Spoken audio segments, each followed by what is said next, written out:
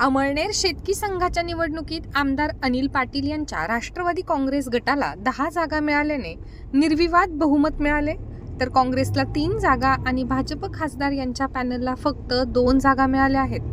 व्यक्तिशः मतदारसंघात 7,925 मतदान झाले होते. त्यात 873 मते बाद झाली. किसान काँग्रेसचे जिल्हाध्यक्ष प्राध्यापक सुभाष पाटील 3,453, सुरेश पिरन पाटील 2,828, प्राध्यापक श्याम पवार 2,286, तर राष्ट्रवादी काँग्रेस गटात संभाजी पाटील 2,925, संजय पुनाजी पाटील 2,752 हे निवडून आले आहेत. राष्ट्रवादी काँग्रेसचे अनिल शिसोदे यांचा पराभव झाला. महिला मतदारसंघात 7,426 मतदान झाले.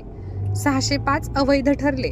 राष्ट्रवादी काँग्रेसचे सुषमा वासुदेव देसले 3,254, मालुबाई बापूराव पाटील 2,786 हे विजयी झाले आहेत. काँग्रेसच्या दोन्ही महिलांचा पराभव झाला आहे. सोसायटी मतदारसंघात 106 मतदान झाले.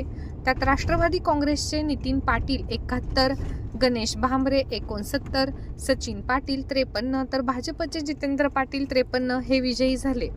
प्रफुल्ल पवार आणि महेश देशमुख यांना समान 52 मते पडल्याने ईश्वर चिठ्ठी काढण्यात आली. त्यात प्रफुल्ल पवार विजयी झाले.